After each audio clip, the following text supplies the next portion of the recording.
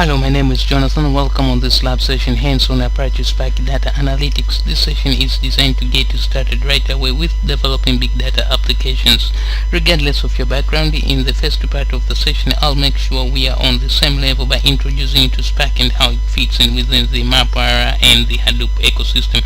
I'll go ahead and use the API through Spark Interactive Shell to load and inspect the data using Scala. And finally, on the second part, I will walk you through building and launching a standalone Spark application using Java and then Python. Concept explained using scenarios. In order to follow along, a basic knowledge of Unix is required.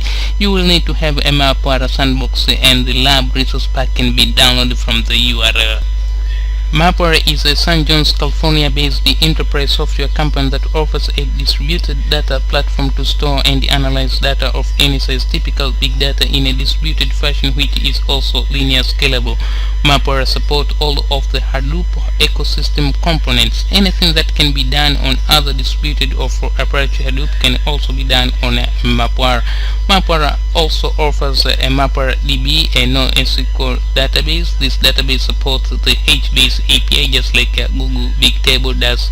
MapRDB is truly a zero administrative database. Mapr platform includes Apache Hadoop and it does not change the code in Apache Hadoop ecosystem components to make them work with Mapr. They are the same binaries that runs with any distribution of Apache Hadoop. Mapr provides its own package repository to simplify installation similar to other vendors in the space. Another very important fact to consider here is that the Mapr file system is not a replacement of HDFS. The Mapr file system is a native file system that is full of random read-write capabilities, just like you would imagine ext4 in Linux. But this file system is distributed with no single point of failure and is POSIX compliant and provide true NFS. It is also support the HDFS API, which enable any software written to run on Apache Hadoop to also run on Mapr because it's the same binary API. The company contribute to Apache Hadoop project like HBase, Pig, Apache Hive, and Apache Zookeeper. Mapr is used by more than 700 customers across financial services, government, healthcare, manufacturing, media, rental, telecommunication. At Amazon, Cisco, Google, and HP are part of the broad Mapr partner ecosystem.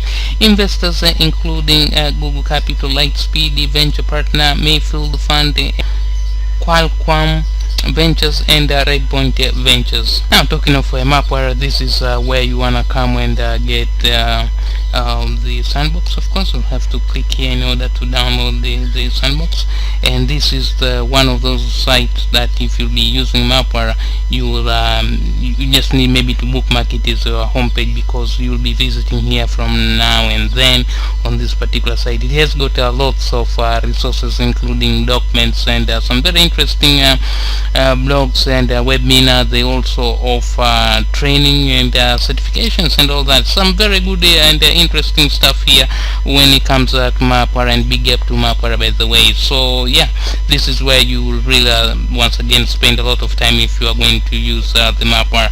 So download the sandbox by clicking here. I won't go ahead and do that because I've already gone through the downloading process and all that. So it's very simple, so I hope you will make it. There shouldn't be any problems at all. Once you've got the sandbox download, you have the over file with on your machine, and then you want to go ahead and get the resource pack again from this particular link here. These are the resource files that I have put together in place so that they can easily assist you when you want to get started with this particular lab session. So go ahead and click on this download link here, and then it will download this RAR file there on your machine. Then you will have, of course, to archive it so that you get these files, and then we get into the hands-on session, right? Getting onto the hands-on session, not so fast, I don't think so, because we need to be on the same boat at this stage. Talking of being on the same boat, what is Apache Spark, by the way, because maybe some of us, we are new with this stuff, so let's take some quick revision as to what exactly is Apache Spark. Now, Apache Spark is a cluster computing platform on top of a storage layer. It extends MapReduce with support for more types of components such as streaming, interactive analysis. Spark offers the ability to run computation in memory, but it's also more effective than MapReduce for running on a disk. First is the development and the deployment flexibility and unified stack and multiple languages support, of course. This graph depicts or demonstrates where Spark fits in within the big data application stack. On the left, where we see different data sources that are multiple ways of getting data in using different industry standards such as NFS or existing Hadoop tools. These stacks in the middle represent various big data processing workflow and tools that are commonly used. You may have just one of these workflow in your application or a combination of many. Any of these workflow could read, write to or from the storage layer. As you can see here, with Spark you have unified stack. You can use Spark for any of the workflows. The output can then be used to create real-time dashboards and alerting system for querying and advanced analytics and loading it into the enterprise data warehousing. In the past years, Hadoop has grown into multiple tenant, reliable enterprise-grade platform with a wide range of applications that can handle files, databases, and semi-structured data. While Spark, on the other hand, has provided a parallel in-memory processing across these platforms and can accommodate multiple data source applications and users. Now, the combination of Spark and Hadoop, I usually call it the best of both worlds, takes advantage of both platforms, providing reliable, scalable, and fast parallel in-memory processing. Additionally, you can easily combine different kinds of workflows to provide analytics over your Hadoop and other operational applications. The Spark Core is a computation engine that is responsible for task scheduling, memory management, fault recovery, and interacting with storage system. The Spark Core contains the functionality of Spark. It also contains the API that are used to define RDDs and manipulate them using various libraries, including but not limited to Spark SQL, which can be used for working with structured data. You can query this data via SQL or Hive SQL. Spark SQL support many types of data sources such as structured Hive table and complex JSON data. Spark streaming enables processing of live stream of data and doing real-time analytics, while MLib is a machine learning library that provides multiple types of machine learning algorithms such as classification, regressions, clustering. Graphic X, on the other hand, is a library of manipulating graph and performing graph parallel computation. Spark era, this module was added to the 1.4 release of Apache Spark. Let's put this all together in architectural manner. Data source could be Amazon S3, Apache Cassandra, Google Cloud, and so deployment is of course very flexible. Here we see we can have YAML, Mesos, standalone or local. We can work around with these various libraries using the APIs, for instance Scala, Java, Python, or R to manipulate the RDDs. A Spark cluster consists of two processes, a driver program and multiple workers node, each running on an executor process. The driver program runs on the driver machine. The workers program runs on a cluster node or in a local thread. The first thing that a program does is to create a Spark context object. This tells a Spark how and where to access a cluster. Spark context connects to a cluster manager. Cluster manager allocates resources across the application. Once connected, Spark acquires the executors in the workers node. An executor is a process that runs computation and stores data for your application, by the way. jar or Python files are passed into the Spark context and then set to the executor. Spark context will then send the task for the executor to run. The workers node can access data storage source to ingest and output data as needed. Now, if this process is not clear so far, then it will get clear once we talk of RDDs, when we take a look at of how RDDs works. Resilient distributed data set, or RDD, are the primary abstract in Spark. They are a collection of objects that is distributed across many nodes in a cluster. Spark RDD are fault tolerant. If a given node or task fails, the RDD can be reconstructed automatically on the remaining node and the job will complete. Now, the way that we do create RDD is from an existing collection or from an external data source. When you load the data into Spark, you create a RDD. The first RDD you create is usually called the input RDD or the base RDD. There are two types of data operation you can perform on an RDD, and that is transformation and action. Transformations are lazy evaluated, that is, they are not computed immediately and will only execute when an action runs on it. Since RDD are immutable, the transformation will return a new RDD. An action, of course, will return a value. To break it down, load the data into Spark from HDFS to create a base RDD. We use the filter transformation to return a new RDD with a subset of the item in the file. Chain together the transformation and action to find out how many lines contain the word Spark. Before we move our attention from the whiteboard to the Spark interactive shell so that we can put the theory to practice, it's better to understand that there are different ways you can run Spark. That is local, which runs in a same JVM, and this is the mode that we will be focusing. Standalone, this is a simple cluster manager, Hadoop Yarn, a resource manager in Hadoop 2, Apache Mesos, a general cluster manager.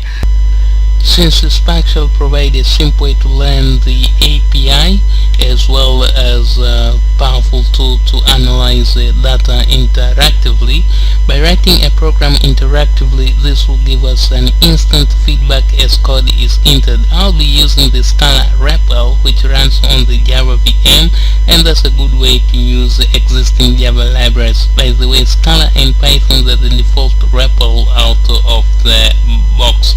I will go ahead and locate where I have place the overfile that I've downloaded from Mapr, and then import this overfile into the VirtualBox environment so that we can have a VM that we can utilize within our environment. Looking at these settings, the default settings here actually work for me, except for the RAM though. I'll go ahead and change this one to 4096. That is equivalent to 4 GB, by the way, and the only reason I'm doing that is because I have got limited resources, so I had to take it down to 4 GB, which is okay within my environment. I'll go ahead and enable the reinitialization of the MAC address for the network adapters. So these are the only changes that I have made here. So I'll go ahead and hit import. This is going to import this particular overfile into the VirtualBox environment. So within a minute or two, we should have a VM that is ready for us to use. Well, at this stage you should have a VM that is ready so I'll go ahead and customize it further by hitting the settings tab here. Alright, now we see we have got a warning down here, so this is display. Okay, so go ahead and rectify that quickly by increasing the size here for the memory, 9 MB. Now we see the warning has disappeared. I'll go down straight to the network tab here. We see we've got a network adapter that has been enabled and it's set to NAT. Maybe this is a desired result within your environment, but for me I'll go ahead and change this one to bridge, and then I will change this one to P3 P1. This is the interface that I want. If you're not sure what to do here within your environment, you can just leave it within that and then it should work fine, but for me I just want to bridge this one onto my main LAN environment. I'll go ahead and hit OK. Enough with customization there, so I'll just go ahead and start this particular VM now, and as you can see the virtual machine is current booting, and soon enough we should be prompted with a login screen. So at this stage we see we are waiting for the Mapr services to come up before we are prompted to log in. This is going to take a minute or two.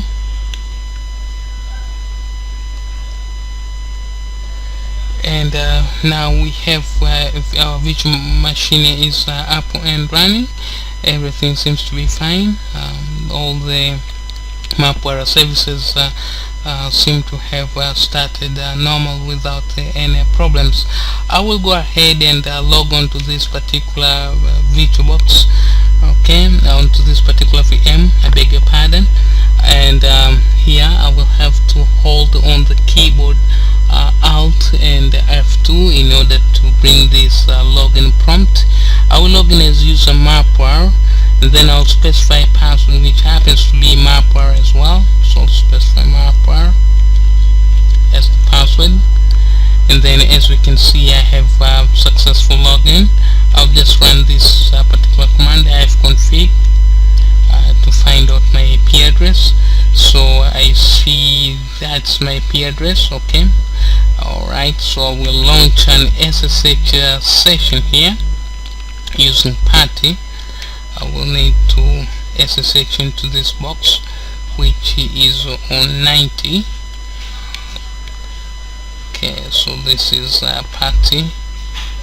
Alright, and I need to SSH to this particular box. It's on 190. That's the IP address, 190. Then I'll say open. I'll accept these keys here, okay. And then once I'm here, I will log in as user Mapr, and then I'll specify password of Mapr. And by the way, throughout this particular session I will be logging as user Mapr unless otherwise specified. So alright, so once I'm here, what I really need to do is get some data that we can start to analyze right away. Now if I'll go ahead and take a look at OPT. Alright, and then here I will take a look at Mapr,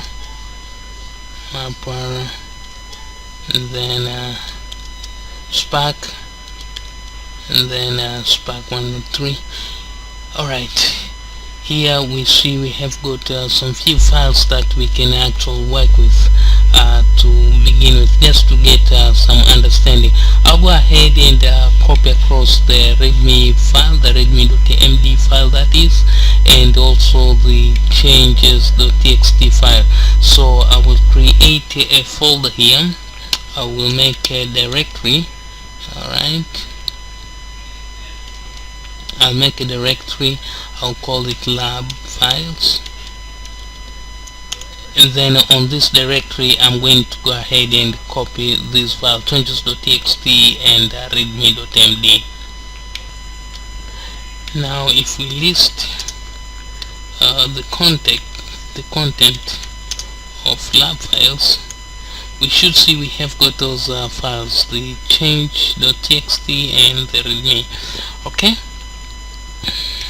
since I want to go ahead and make use of the Hadoop file system, it makes sense for me to go ahead and create a directory within the Hadoop file system that we'll use for these particular sessions. So I will call this directory tutorial. So I'm creating a directory there. I'll call the tutorial, and then I will essentially go ahead and upload these files onto the tutorial directory within the Hadoop file system. So I am copying these changes.txt file and readme.md file, which they are currently on the Unix file system, onto the Hadoop file system.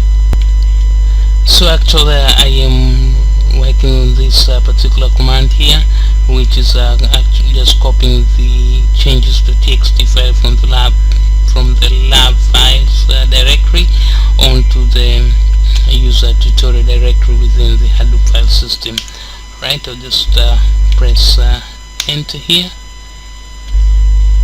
Alright, and then I'll go ahead and run the same program, but this time around I am the same command, I beg your pardon. This time around I am actually copying the readme file. Okay, readme.md. okay, this is the file that I'm copying over onto the Hadoop file system from the Unix file system.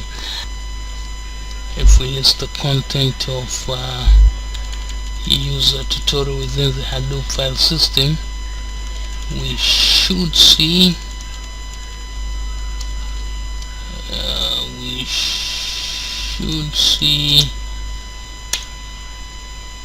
those files there. Alright, the files that are listed there without any problems. Now we can proceed doing further interesting stuff.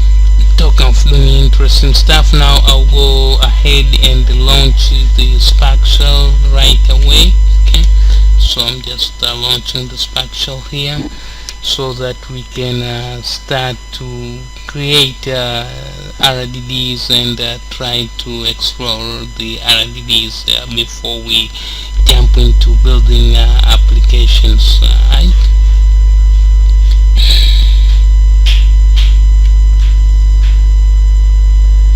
Alright, so now we are inside this Spark shell. Here we can some Scala codes within this shell. As you can see, this is the Scala version. It's being prompted for us there. Alright, what really needs to happen here, we have to read the readme.md file using the Spark Scala API and create an RDD. So in order to do that, I'll have to do the following. I have essentially created an RDD there with a name of readme. The string which you have given there, the argument is a text file, and the method is actually the absolute path of the file name. Since we want to do different things, this is a good time to cache. So I'll go ahead and cache the readme so that the session can operate in the memory. Okay, and it's very important to understand that the RDD is not immediately cached as soon as you run the cache command, as we've just been doing here. So to justify that, I will actually go back and let's see if I can bring this particular prompt here, and if we go to the storage, we see even though we have cache, but there is nothing here on the storage. If it doesn't make sense so far, just bear with me. Within a minute or two it will make sense as what we are trying to do. Okay, so now let's go ahead and do something very basic here. For instance, let's just let's read the first content of the file. Okay, so let's read the first string. So we see this one here. Now if we go back, where was I? If we go back right here and refresh this one, now we see this one has been cached. Okay, that's perfect. That's what we wanted. Now we can also do a readme count. You can count here the lines.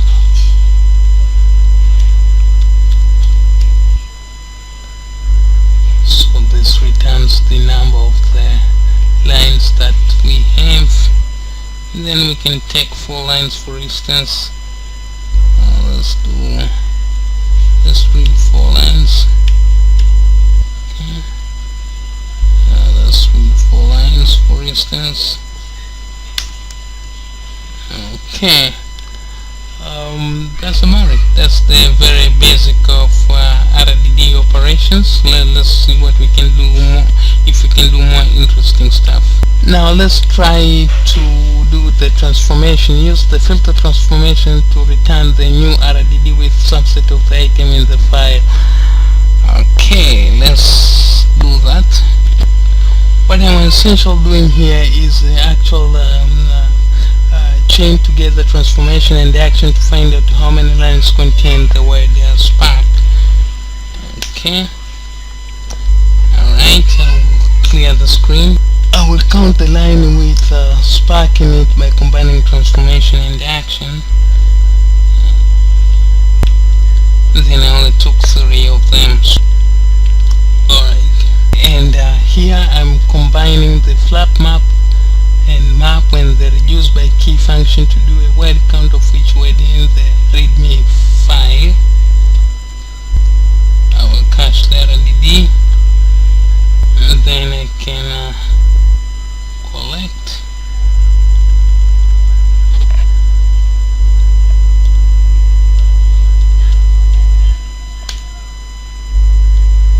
Okay, then I can essentially save this result as well into a text file. Let me just go ahead and save this result as well. And I have saved this result here. Okay. It is also a good practice to unprocess the RDD after you have done to save the storage, because currently if we take a look at these RDDs, we have created 2. Yeah, see that. So we can actually let's just go and unprocess this. Okay, so to unprocess this,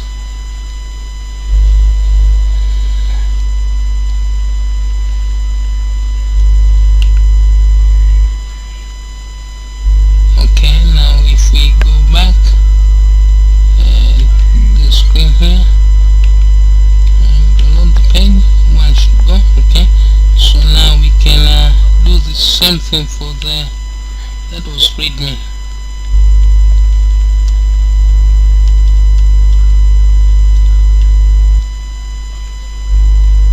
Alright, we go back to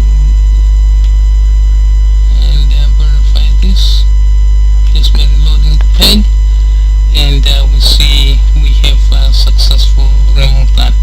Alright, as we keep proceeding, I will go ahead and launch the shell again. So I'll bring up the shell here. I will exit from this shell. Now if we list the content here,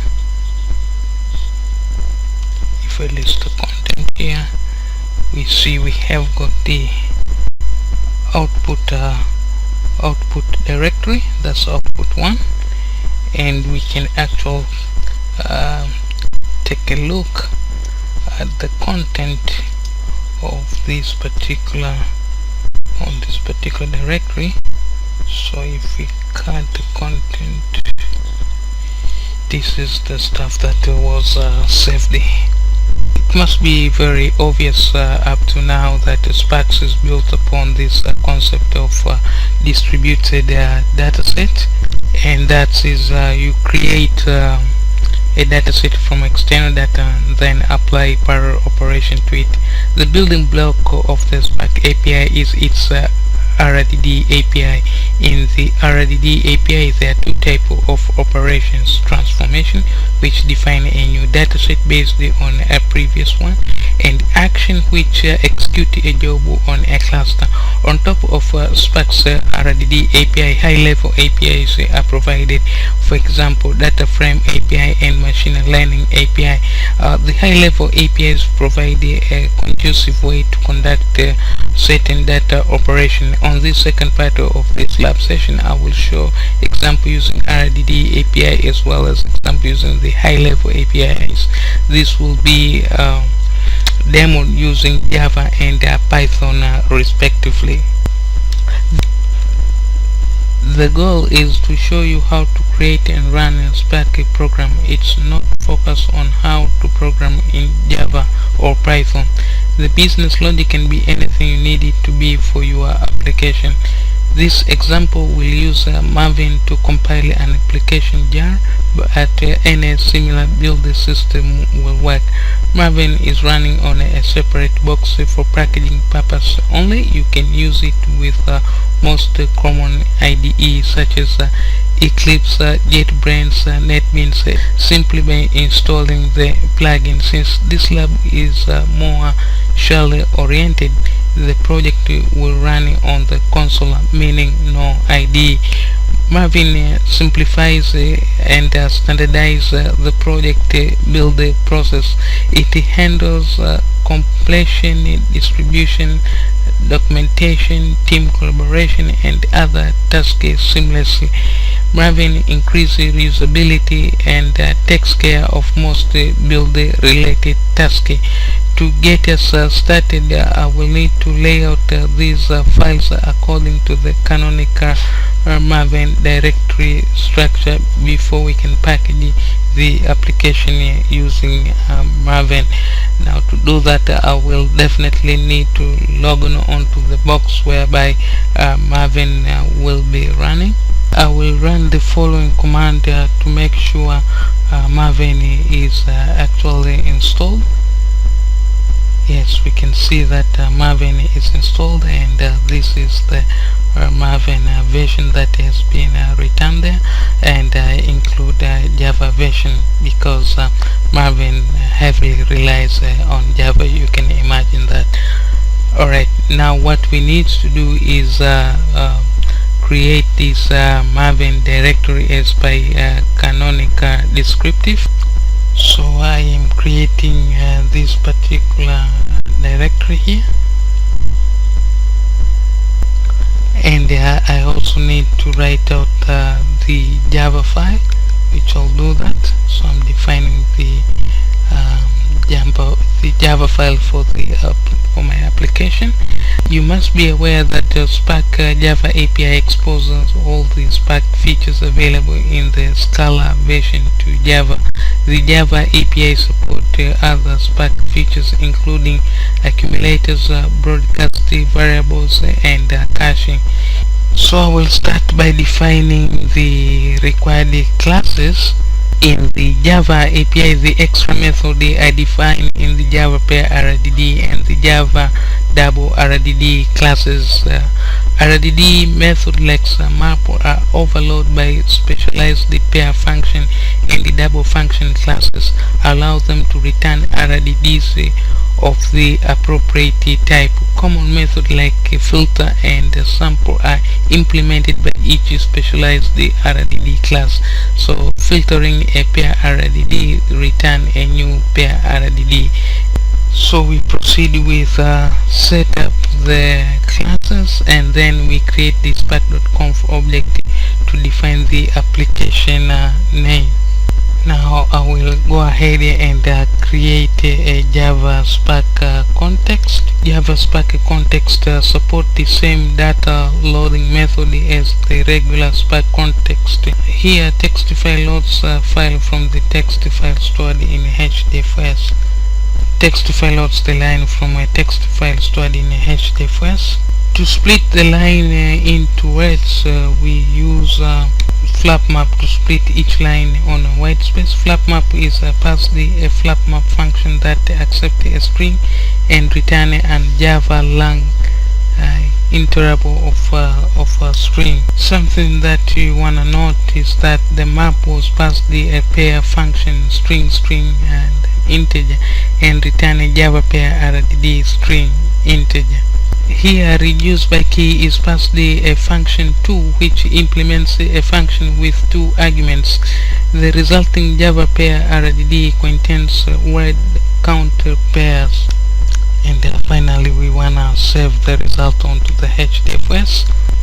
In this example, we explicitly showed each intermediate RDD. It is also possible to change the RDD transformation. So now we can just go ahead and save this. Control O will do it. Enter, Control X to exit out. At this point we have completed the simple account.java class. This application depends on the Spark API, so we will also include an Maven configuration file, that is the POM XML. These files are the repository that Spark depends on. The POM stands for Project Object Model. It's a fundamental unit of work in Maven. It is an XML file. It always resides in the base directory of the project as POM XML. The POM contains information about the project and various configuration details used by Maven to build the project. Some of the configuration that they can be specified on the POM project dependency, plugin, goals, build profile, project version, developer mailing list, etc. This is just a very basic of it. Control O to save this, Control X to exit out. Now let's examine our directory structure.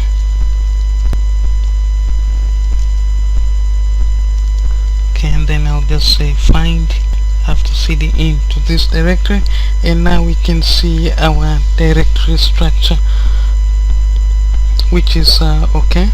Now we can package the application using the Maven and execute it with bin spark submit, as you'll see in a moment.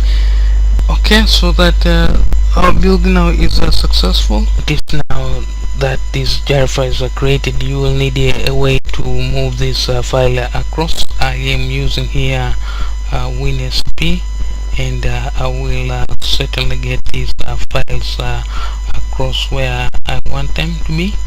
So I am just dragging this java.const. This is the whole entire directory. If we can just export it, this is the new created target directory with all these files. This is just been built with Maven, packaged by Maven. So I will go ahead and move over this particular directory on here. This is where I want to place it. Alright, so now we should be able to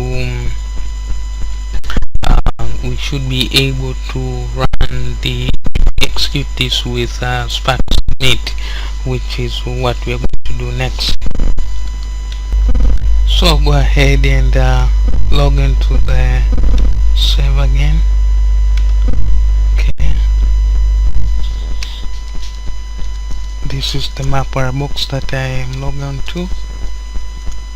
Alright, now if we paste the content here, we should be able to see the java.const directory right there.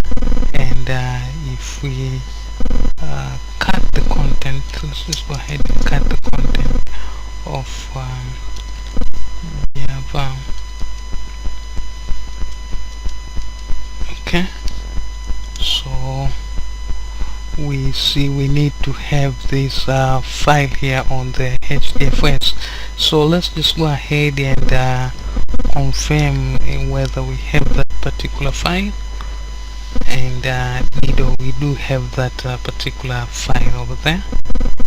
I will clear the screen, and now that we do have a room, I will cd into the Java account directory, and I will run the following command. there are a couple of arguments that can be passed. For instance, the master argument here indicates which master the context connects.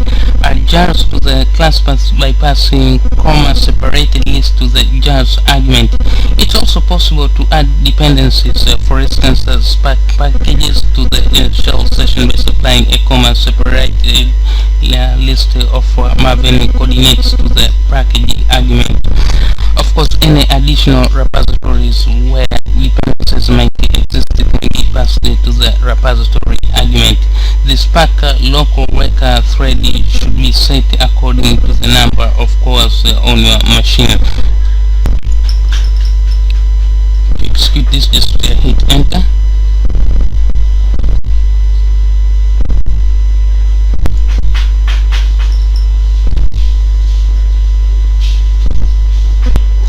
And now it has been saved. Now let's go ahead and list the contents of the directory where we have specified. So on the Hadoop file system I'm listing. So let's go ahead and list the content of this particular directory. And this again is within the Hadoop file system. And we see we have got a subfolder there which has been created as a result of running this Spark submit command here. Let's just go ahead and list the directory first and see what we have in there. Okay, and if we list the content of this particular directory, we see we've got several files there. Okay, so we can just go ahead and cut the content of these files. We can dump these to the screen. Okay, at this stage it should be obvious that our application is working as intended. So now we can move on doing other things. Talking of doing more interesting stuff, we will go ahead and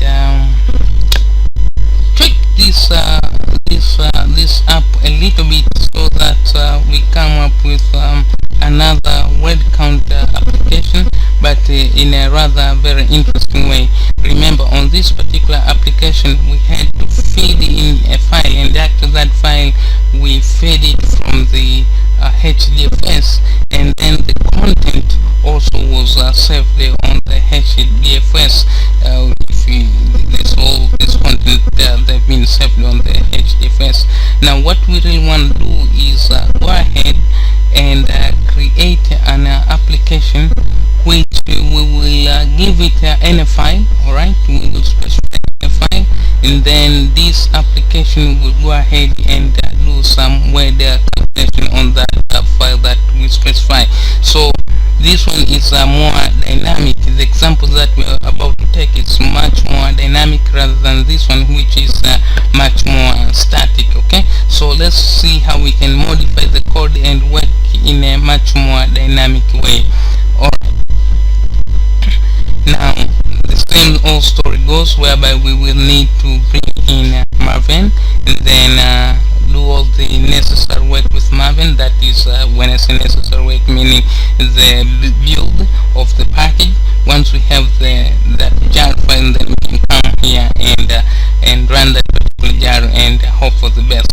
So one thing at a time, we need to go back to the system now and work with Maven. So I will launch the box which we have installed Maven. So I'll go straight back to the box where I have Maven installed. So right here, I'll just log in again.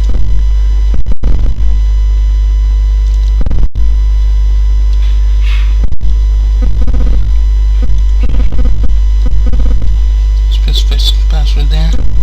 Alright, so once I'm here, I will just go ahead and clear the screen, and then I will essentially go ahead and make a directory. Okay, remember the directory structure that we have Maven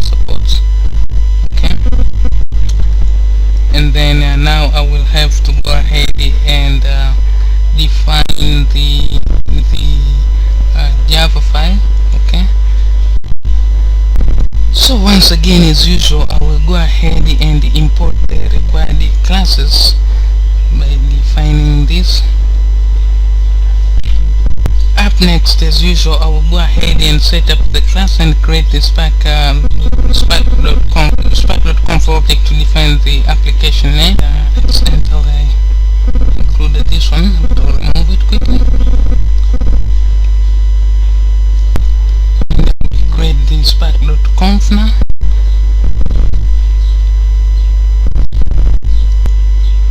I will follow it up with the creation of the Java Spark context. Obviously, we need to do to apply the transformation and action onto the RDDs, as you can see here. Now we need to map the words. Proceed with adding up the values. Of course, in order to print the value, so we invoke the action there, and we have to make sure that we don't forget to stop the spark context, of course. Now that we have finished to create this particular file, we just need to go ahead and save it. Control O will do it since I'm working on Nano, and Control X to exit out. So we have complete word counter.java class. We need to define the pom.xml. These files are the repository to the Spark dependence. Now you have seen me defining this previously, so it's the same logic here. So for simplicity, let's do this. Okay. Then I will go ahead and hit Control O and Control X to exit out. Now if at this stage we can go ahead and launch and package, we can go ahead and package this. Again, the command that I'm using to package this is npm-x package. Now the -x here enables us to run in a debugging mode, and this is the mode that I have been using quite often now. So go ahead and hit enter.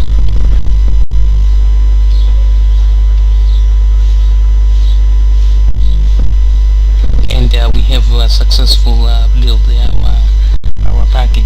Now I will have to go back onto the I'll have to go back to Mapr, upload this to Mapr now. So it depends on how you want to do it, but I will leave it up to you how you're gonna package it to Mapr. But once again, this file needs to be on Mapr. I'll just go straight to Mapr box because I have already sent it to the Mapr box through the power of video. Now I will go back to the Mapr box. Okay, so let me connect to the Mapr box here. If I can connect to the Mapr box, that is. Alright, so log in as Mapr. Specify password here in Mapr. Now I will list the content here. We see we've got this directory here. I will seed into that.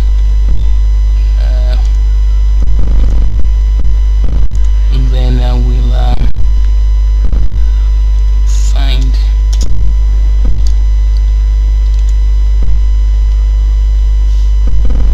so this it has already been built. So what we really need to do here is just run a Spark submit. Okay, so we'll paste in this command. Now right here I am supposed to define a file, okay, but let's say what happens if I don't define the file. I just hit enter, right? You see we get the warning that we need to specify the file, so I will go ahead and do that now. So I will add the following path here.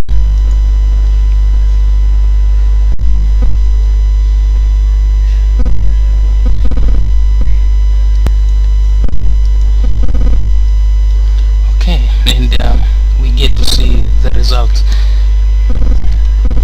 So far so good, right?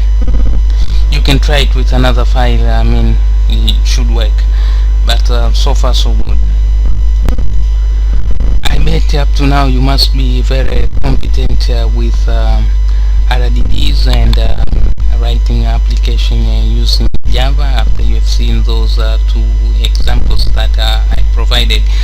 Now what I'm about to do actually is provide you with a third example, which is actually a slight twist to those two examples that we have seen there. It's also word count, but in a just a different direction of the way you're going to read the code. To make this clear, I will share with you, because actually I have already compiled this program. It's right here. So if you go to the source, we see this is the code that I have just worked this code out, so you can test it within your environment and see how it goes, or see if you can adjust it to whatever way you like. You can easily expand upon it. But what I want to do here is just copy across the whole entire project. This, remember, once again, it has already been compiled. No wonder you see we have got the target there. So what I need to do is just move this whole directory, the whole entire directory, onto the Mapr. Just dump it like that, say copy, and then once that is done, as usual, I will just have to cd out of here, and then cd to that I believe was Java app. Okay, and then if I hit find dot, then we see the whole entire file structure there. Now we can just run the submit command. Okay.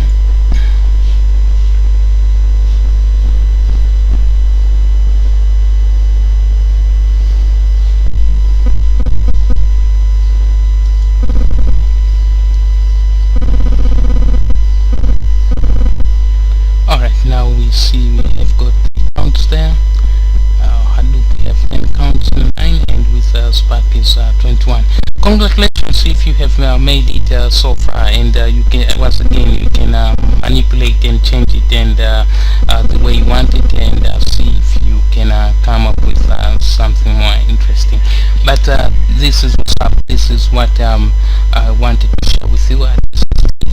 And I guess now it's a bit interesting to say that since we have explored how we can build Apache Spark application using Java, I think it's let's examine how we can build the Apache Spark application using Python, and the focus is on how we can process the turbo data with Spark SQL. We could have used the Java or Scala to demo this, but I have chosen to go with Python. By default, Spark SQL support two different methods of converting existing RDDs into data frame: reflectional and programmatic approach. That is, I will create a data frame from RDD using a reflectional approach with Python. A Spark data frame is a distributed collection of data organized into named columns that provide the operation to filter, group, or compute aggregates, and can be used with Spark SQL data frame. Can be constructed from structured data files, existing RDD, or external database. To demo this, I will be working with online option data that is in CSV in the local in the Hadoop file system. I'll have to upload this in Hadoop file system.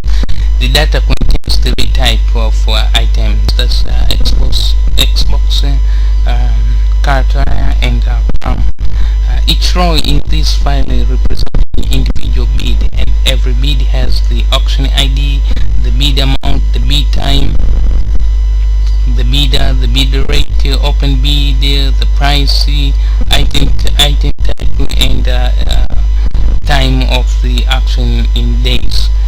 Using Spark data frame, we will explore the auction data with questions like how many auctions were held, how many bids made per item, what's the maximum, minimum, and average number of bids per item, and other interesting questions that will come up.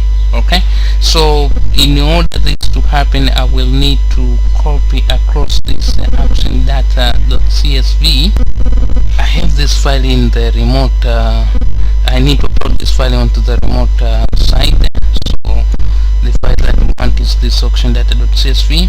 I will go ahead and copy it across the lab files directory. Alright, I'll say copy. So this time around on the lab files directory, we should have 3 files. These are 2 files that we brought in earlier, including this one .csv files right now. Okay, now it's time to use the CSV files and all that. Okay.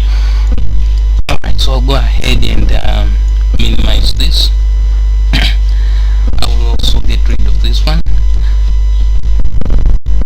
Notice I have to copy over this file from the Unix file system onto the Hadoop file system as usual. So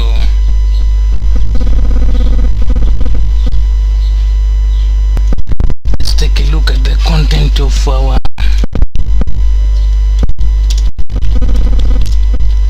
lab files directory. Oh, this makes sense because I'm actually sitting on the Java side on the Java app, so I need to go out. Okay, now I need to copy over this file. Alright, so now we should find it. Let's list the content of the lab files. So now if we want to copy this file, we will do the following. So this is okay, and we want to copy it over here, so do that. Now we should have the file available. Alright, let's take a look at that particular path within the Hadoop file system just to make sure we have got that file in place. And we see here, right here. Yeah, so we have the file in place now. I went ahead and cleaned the screen to make up a room for myself. Right now it's time to do some housekeeping. And what do I mean by that? If we list the content here on our base directory, we'll see we have got these Java files, all these Java files. What I want to do is make a directory. Okay, I'll make a directory here and call this directory Java. And what I'll do is move all these Java applications onto this Java directory here. I will go essentially and create another directory, and I'll call this directory Python. Alright, now if we list the content here once again, we'll see it's much better. Now we have the Java directory there, and we have got the Python directory, and we are expecting to see all the applications now that are Java related under the Java directory. Alright, so all the Java app, they are under Java directory. So we are going to do the same thing for the Python application. So we are going to write that particular Python application under Python directory. Now at this stage I will be using the Nano text editor. The way that you get the Nano text editor is by installing it if you don't have it. So I will just go ahead and use it to create this lab.2py file, which is actually going to have all the parameters that are related to my application. So I'll just start by defining the name of my application. I just comment this one so that it become useful for any other person who will come to read the code, so that they understand what this particular code does. So once again, we want to go ahead and import the Spark context and Spark conf. And since we will be working with SQL and rows, it really makes sense to go ahead and import the py Spark SQL as well as Spark context row. I will follow it up by importing the py Spark SQL functions.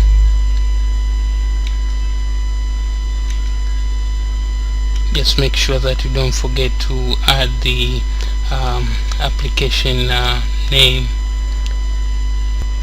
I will go straight ahead and load the data into RDD and split,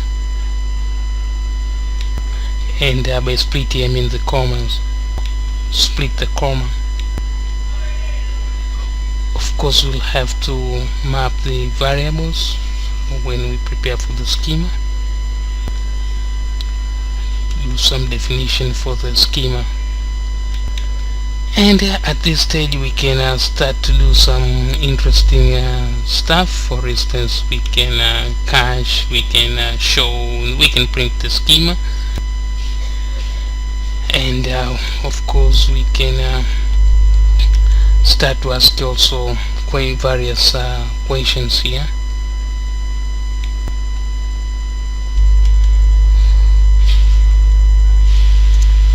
Keep on asking questions.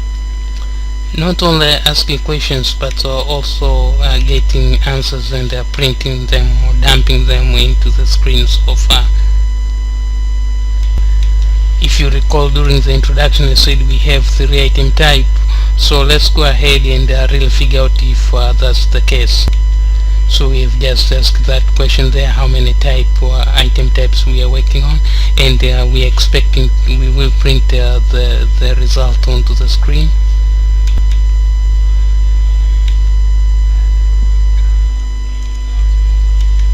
Keep on working with these RDDs, and still we are asking interesting questions by grouping. Now here we are taking the item type, we are grouping it with auction ID, just to ask those interesting questions that will come obvious once we run this particular ARP.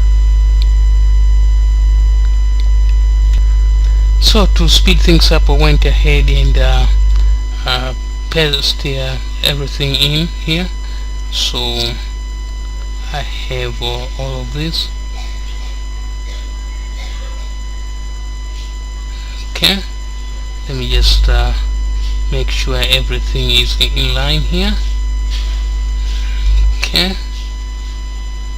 alright, so yeah, at the end of the day we also are saving this to some result on the JSON file, and we are overriding. The reason why we have opted to override is so that later on when you run the application you don't get any warnings or errors when you try to run the application. You can run the application several times, it will just keep on overriding. That's the only reason. If you want to run it only once, and then you can leave this override key statement or keyword there, you can just ignore it, and then it won't override. And then maybe the alternative will be to delete that particular directory, or somehow repackage all this entire thing, rerun it somehow. But you get the point. Alright, so we will go ahead and save this file now, Control X, and actually let me just open it once more, because something came into mind. If you have noticed here, by now that some of my codes are not commented. I remember even one of the Java app that we created earlier, the one that I said it was a homework for you, I did not comment it. It's this one here. It was this one actually was a total not commented, because I said this one was a homework to you. The same applies to this one. This one is also, it's actual partially commented. It's partially commented. I intentionally do this for training purpose. If you are on production environment, I encourage you to comment your code, you are helping yourself and your team member. But in learning environment, it's a great way to learn to code, since you will have to dig deeper to figure out what the code is doing. It makes a learning experience more interesting. As they say, it's a polite way to say this is your homework. Once again, I find it to be a good workout if you are in the learning environment and you want to have a deeper understanding. It might not be a good method if you are trying to sort out something right away. Forgive me if I make your brain hurt for not commenting some of the code. I hope my apology has been accepted. So on with the show. I will go ahead and exit out from here. I will run the Spark submit command, of course, with verbosity turn on this time around. Right, I'll just go ahead and press enter. Okay, the result is being dumped onto the screen as we were expecting. Okay, we're getting all the answers to our question right now. Yeah, our program seems to have run smoothly. One thing that we haven't checked, although, is we did not take a look at the RDBs, but let's just see what has happened so far. If we take a look at the directory,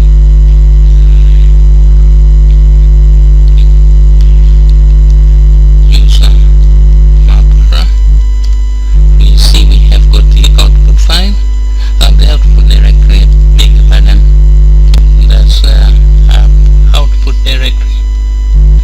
Okay, if we list the content of app, then if we cut, let's just go ahead and do that now. We can dump this onto the screen as well, and it's part 00. Let's try this. Okay, everything seems to be fine. This is what we were expecting. I will go ahead and rerun this application again, just to justify that you can overwrite that particular path. I mean, this should not back for any reason. You should be able to overwrite that. So I will go ahead and run this program, and once I'm doing that, I will also try to bring up this internet here. Let's see if we can go to the web and try to cache, to see if we can cache. Let's just wait for this. Okay, now we should be able to see the cache. Of course, we are caching now. This is what we expect, and at the end of the day, the program is going to terminate when it's finished. So Spark will be terminated, which is expected behavior. Now you can see it has finished and the Spark has been terminated. This is what we were expecting. So I'd like to congratulate you for having completed this lab session. By now you should be able to perform various RDD operations with Scala, Java or Python. You should be able to create, compile and run Java and Python application. Each application requires some import statement followed by the creating of the Spark conf and the Spark context to be used with the program. Once you have the Spark context, you code up the business logic for the application. To recap, when executing the app for all two type of application, you run it with Spark submit. If there are dependencies required, you would supply it alongside the code. You can use SBT, Maven or other system build to create the jar packages required for this application. I hope this has been informative to you, and I'd like to thank you